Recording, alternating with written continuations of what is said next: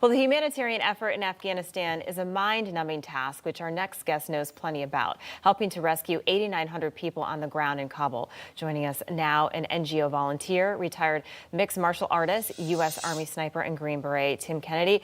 Tim, thank you so much for joining us, and thank you for your service, sir. It's absolutely my pleasure. Okay. Sorry about the connection.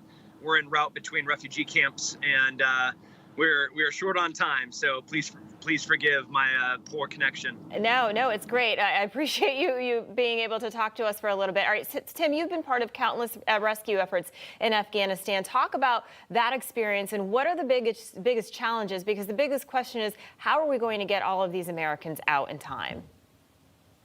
I mean, to be honest, we're not going to be able to get all the Americans out of Afghanistan in time. We're just going to have to accept that, and it's going to be an ongoing problem as we continue to address this. Like, we can't forget about it.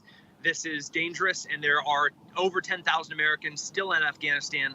We were able to get out 12,000 people. We moved out over 8,900 ourselves on our own planes, as part of this amazing team and this incredible effort, surrounded by the best and the brightest. But now we're in a new position of trying to find and settle some of the Afghan and foreign nationals that we got out of Afghanistan.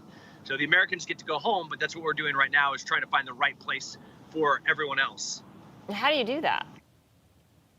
Well, I can't say where I am, but we're in the Middle East talking to a few potential partner nations that might host some of them. And now I'm traveling throughout southeastern Europe, talking to some more potential partners. Like 8,900 people, that's a lot of people. Yeah. And, obviously when we pulled them out as rescuees and evacuees out of Afghanistan, they couldn't bring anything. We're putting 400, 500, 600 people on these planes. The team, part of Save Our Allies coalition, led by Chad Robichaux, Sean, and Dan on the ground. They're the best and the brightest, but this is something different, and it's a new challenge that we're trying to address right now. And I wish I could tell you how to do it, but we don't know. So we're just trying to figure it out, and we're throwing all of our energy at it. Yeah, Tim, who do you blame for the current situation in Afghanistan? I mean, that's a real hard question to answer. Afghanistan is Afghanistan. Dynasties have failed and lost every attempt to try and conquer Afghanistan. We didn't try to conquer it. We tried to settle it, and we tried to control it. And there are people that are not able to be controlled. They're Afghans. With regards to the withdrawal, could it have been done better? Absolutely. But the men and women that are on the ground right now, and that have been on the ground even while I was there myself, were the best, the bravest men and women I've ever seen, that were put into an incredibly difficult position. And I'm just so proud of our soldiers and our Marines and our airmen that were doing that work to save and protect human life down there. Yeah. Tim, we keep hearing the administration say, well, we're working with the Taliban. I mean, you've been there. We were fighting them weeks ago. How are we trusting them? We are not trusting them.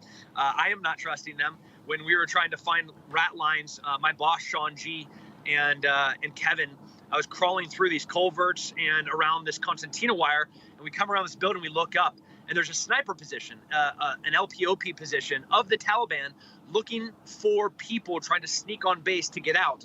They're executing them in the street. They're throwing babies into concertina wire. Like, this is happening 4 days ago.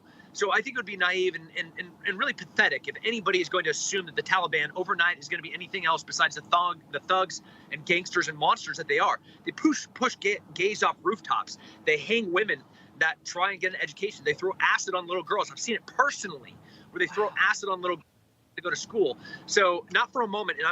And ISIS-K and the Taliban, that's one and the same. They're different feathers on the same bird, but they're dangerous, and they will always be dangerous. Yeah, we're relying on them for security checkpoints, and we saw what happened.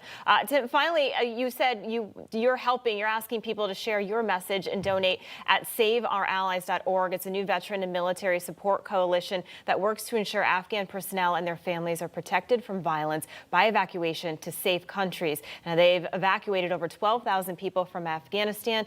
Tim, we got about 15 seconds. Just quickly tell us more about this.